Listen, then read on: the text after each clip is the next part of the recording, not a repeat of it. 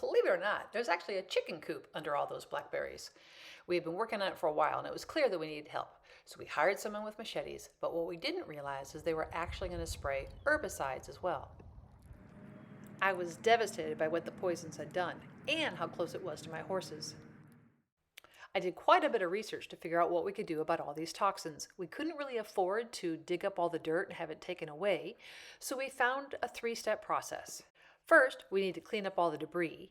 Then, we would apply activated charcoal, and finally, we would count on phytoremediation. First, where could we put all those dead plants? We couldn't put them just anywhere because we're very close to several creeks, and we didn't want to be too close to our neighbors. The best information I could find said that you need to store the plants for at least 9 months. We didn't want to move it to a different part of our property and contaminate something else, so we decided to move it all right behind the chicken coop. With all the big plant pieces out of the way, now it's time to really scrape down with our rake and expose the soil. All that prep work was to get ready for the activated charcoal.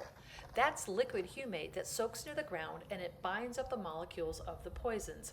Our goal here is to keep it out of our water system until they're able to break down naturally. We're doing our best to let our mistake not affect anyone else's property. Our final step is phytoremediation. That's a really cool word that means that the plants are going to help us. They do this in several different ways. Number one, their root structures will hold the contaminants right there so they can break down naturally. As they draw water up into their body, some of the contaminants are released through the vapor, and microbes will help break down the toxins. Many plants are excellent at this, such as sunflowers, mustard greens, willow trees, poplars, and each one of them removes different elements. We seriously considered clover, which also reduces heavy metals, but we decided to skip that because we were afraid our bees would be tempted by the flowers and there might be more toxins in them. We still have one more step of how to get rid of our debris pile.